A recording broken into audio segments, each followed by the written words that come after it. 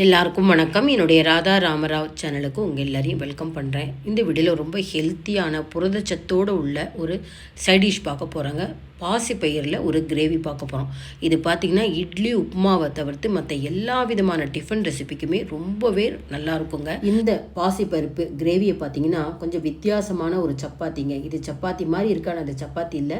இது என்னது அப்படிங்கிறத வீடியோவுடைய கடைசியில் நான் சொல்லியிருக்கேன். வீடியோ ஸ்கிப் பண்ணாமல் பார்த்திங்கன்னா இது என்ன டிஃபன் அப்படிங்கிறத நீங்கள் தெரிஞ்சுக்கலாம். இந்த கிரேவி எப்படி செய்யலாங்கிறத பார்க்குறதுக்கு முன்னாடி இது வரைக்கும் என்னோடய சேனலுக்கு சப்ஸ்கிரைப் பண்ணாத வியூவர்ஸ் சப்ஸ்கிரைப் பண்ணி எனக்கு எப்போதுமே சப்போர்ட் பண்ணிகிட்டே இருங்க. பாசி பயிரில் கிரேவி செய்கிறதுக்கு பார்த்திங்கன்னா ஒரு 150 கிராம் நான் பாசி பயிர் எடுத்து நல்லா ஒரு 3 மணி நேரத்துக்கு அதிகமாக ஊற வச்சேன். அந்த ஊற வச்ச தண்ணியை எடுத்துகிட்டு ப்ரெஷர் பேனில் டைரெக்டாக வேக போட போகிறேன். இப்போ இதுக்கு பார்த்திங்கன்னா ஒரு 200 ml அளவுக்கு கூட தண்ணி சேர்த்துக்கலாம். நம்ம கிரேவியாக பண்ணுறப்ப இந்த தண்ணி நம்ம எடுத்துக்கலாம். கரெக்டாக 2 விசில் வேக விட்டால் போதும். ஊற வச்ச பாசிப்பருப்பு அப்படிங்கிறப்ப நல்லாவே வெந்துடும். இதை நீங்கள் முளை கட்டி கூட செய்யலாம். இன்னுமே ரொம்பவே உடம்புக்கு நல்லது. இப்போ லிட்டு போட்டு மூடி மீடியம் ஃப்ளேமில் 2 விசில் நான் வேக விடுறேன். இப்போ 2 விசில் வேக விட்டு ஸ்டீம்லாம் போனதுக்கப்புறம் இந்த வெயிட் எடுத்துகிட்டு பார்ப்போம். இது என்ன பண்ணணும், கொஞ்சம் 1-2 நம்ம குழச்சிக்கணும். பாருங்களேன், நல்லா மலர வேகிறதுன்னு சொல்லுவாங்கள்ல, அந்த மாதிரி வெந்திருக்கு. இப்போ முதல்ல கிரேவி தயார் பண்ணிவிட்டு அதுக்கப்புறம் இந்த பாசிப்பருப்பை கொஞ்சம் குழச்சிட்டு சேர்த்துக்கலாம். ஒரு 2 டேபிள் ஸ்பூன் எண்ணெயில் ஜீரகம் தாளிச்சுக்கிறேன். கொஞ்சமாக இஞ்சியும் பூண்டு துருவி வச்சுருக்கேன். வெங்காயம் 1 நறுக்கி வச்சுருக்கேன். பச்சை மிளகாய் நறுக்கி வச்சுருக்கேன். இந்த வெங்காயம் பூண்டு வேண்டாம் அப்படின்னு நினைக்கிறவங்க நீங்கள் அதை தவிர்த்துடலாம். கொஞ்சமாக பெருங்காயத்தூள் போட்டுட்டு நறுக்கி வச்ச பச்சை மிளகாய் சேர்த்துக்கிறேன். வெங்காயம் போடாத ரெசிபி எல்லாத்துலேயுமே முட்டைக்கோஸ் எடுத்துக்கோங்க. முட்டைக்கோஸை பொடி பொடியாக நறுக்கி போட்டிங்கன்னா வெங்காயம் போட்ட அளவுக்கு நல்ல டேஸ்ட் இருக்கும். பூண்டை மட்டும் ஸ்கிப் பண்ணிடலாம். அதனால் எப்போதுமே நீங்கள் வெங்காயம் சேர்க்காதவங்க முட்டைக்கோஸ் எப்போதுமே கையில் வச்சுக்கோங்க.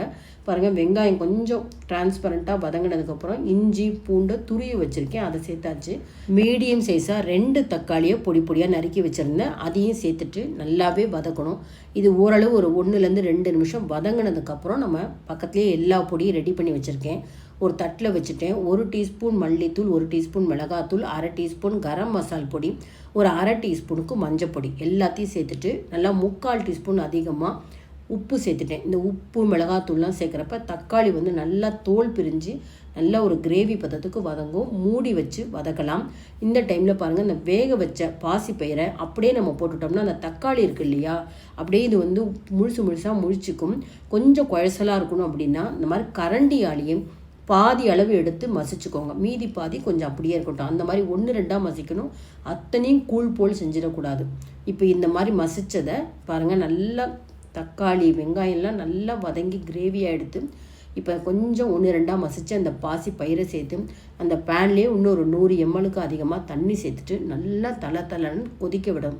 அப்போ தான் அந்த பாசி பயிரோட அந்த மசாலா எல்லாம் நல்லா சேரும். வெங்காயம் பூண்டு கண்டிப்பாக சேர்க்கணுன்ற அவசியம் இல்லைங்க. தாராளமாக நீங்கள் இதை ஸ்கிப் பண்ணிவிடுங்க. முட்டைக்கோஸ் இருந்தால் சேர்த்துக்கோங்க, இல்லைனாலும் பரவாயில்ல. இந்த தக்காளி பாசிப்பயிறு நான் சொன்ன மற்ற மசாலா பொருட்கள் எல்லாமே சேர்த்து செஞ்சாலும் ரொம்ப நல்லா டேஸ்ட்டாக இருக்கும். நல்லா மிக்ஸ் பண்ணிவிட்டு ஒரு 3 நிமிஷம் லிட்டு போட்டு மீடியம் ஃப்ளேமில் நல்லா கொதிக்க விடணுங்க. அது கொதிக்க பார்த்திங்கன்னா இந்த எண்ணெய் பிரிஞ்சு மேலே அப்படியே ஒரு கலர்ஃபுல்லாக இருக்குது பார்த்திங்களா. அந்த பாசிப்பயிறு நல்லா உங்களுக்கு அந்த புளிப்பு தன்மையெல்லாம் எடுத்துக்கும், ரொம்ப நல்லாயிருக்கும். இப்போ அடுப்பை நிறுத்திட்டு நிறைய கொத்தமல்லி போட்டுவிடுங்க. இது கொஞ்சம் சூடானப்புறம் நல்லாவே திக்காயிடும். இந்த சைட் டிஷ் பார்த்திங்கன்னா ராகி முத்தைன்னு சொல்லுவோம். அதாவது ராகியில் களி, அதுக்கு அக்கி ரொட்டின்னு சொல்லுவோம், சப்பாத்தி எல்லாத்துக்கும் ரொம்ப நல்லாயிருக்கும். இப்போ நீங்கள் பார்க்குறது பார்த்திங்கன்னா பிளி ஹோலி அப்படிம்பாங்க. அதாவது சாதாரணமாக போலி அப்படிங்கிறது ஏதோ ஒரு உள்ளுக்குள்ளே ஸ்வீட் ஸ்டஃப் பண்ணி செய்கிறது. இது பார்த்திங்கன்னா அரிசி மாவை கிளறி அதை உள்ளுக்குள்ளே ஸ்டஃப் பண்ணி மைதா மாவில் செய்வாங்க. நான் இன்றைக்கி கோதுமை மாவில் செஞ்சுருக்கேன். இதுக்கு தான் நான் இந்த பாசி பயிறு சைட் டிஷ்ஷாக வச்சு சாப்பிட போகிறோம். எவ்வளோ சாஃப்டாக இருப்பாருங்க. ஒவ்வொருத்தரும் 2 போலி சாப்பிட்டாலே போருங்க, ரொம்ப நல்லாயிருக்கும், ஃபில்லிங்காக இருக்கும். இதுக்குள்ளே கூட நம்ம மசாலா வச்சு கூட தயார் பண்ணலாங்க, அவ்வளோ நல்லாயிருக்கும். நான் ஒன்று எடுத்து காமிக்கிறேன் பாருங்களேன். உள்ளுக்குள்ளே பார்த்திங்கன்னா அவ்வளோ போலாக இருக்கும். பார்த்திங்கன்னா உள்ளுக்குள்ளே நம்ம இடியாப்பத்துக்கு அப்புறம் கொழுக்கட்டைக்கு மாவு கலரும் பார்த்திங்களா, அரிசி மாவு, அதை தான் உள்ளே ஸ்டஃப் பண்ணி மேலே கோதுமை மாவு வச்சு நம்ம சப்பாத்தி மாதிரி போட்டு சுட்டெடுக்கிறதுங்க. அவ்வளோ சாஃப்டாக இருக்கும். இது தெரிஞ்சுக்கணும், இந்த ரெசிபி எப்படி செய்கிறது அப்படிங்கிறத நீங்கள் நினச்சிங்கன்னா கமெண்ட் பாக்ஸில் போடுங்க. கண்டிப்பாக நான் அடுத்தடுத்த வீடியோவில் இந்த கோதுமை வச்சுட்டு பிளி ஹோலி எப்படி பண்ணலாம் அப்படிங்கிறத காமிக்கிறேன். பாருங்கள், சூடு ஆறுனதுக்கப்புறமே நல்லா சேர்ந்துண்டா மாதிரி இருக்குது பார்த்தீங்களா. இந்த கோதுமை மாவில் செஞ்ச பிலி ஹோலிக்கு இந்த பாசிப்பருப்பு கிரேவி சைடிஷாக வச்சு சாப்பிட போகிறோம். ரொம்ப ஹெல்த்தியாக இருக்குங்க. கண்டிப்பாக ட்ரை பண்ணி பாருங்கள், எல்லாருக்கும் ரொம்பவே பிடிக்கும். இந்த வீடியோ உங்களுக்கு பிடிச்சிருந்ததுன்னா லைக்ஸ் கொடுங்க, கமெண்ட் பாக்ஸில் உங்கள் கமெண்ட்ஸ் போடுங்க, உங்கள் ஃப்ரெண்ட்ஸ் அண்ட் ரிலேட்டிவ்ஸ்க்கு கண்டிப்பாக இந்த வீடியோவை ஷேர் பண்ணுங்கள். இது வரைக்கும் என்னோடய சேனலுக்கு சப்ஸ்கிரைப் பண்ணாத வீவர்ஸ் சப்ஸ்கிரைப் பண்ணி பக்கத்தில் இருக்க பெல் பட்டனும் ப்ரெஸ் பண்ணி எனக்கு எப்போதுமே சப்போர்ட் பண்ணிகிட்டே இருங்க. Thank you viewers.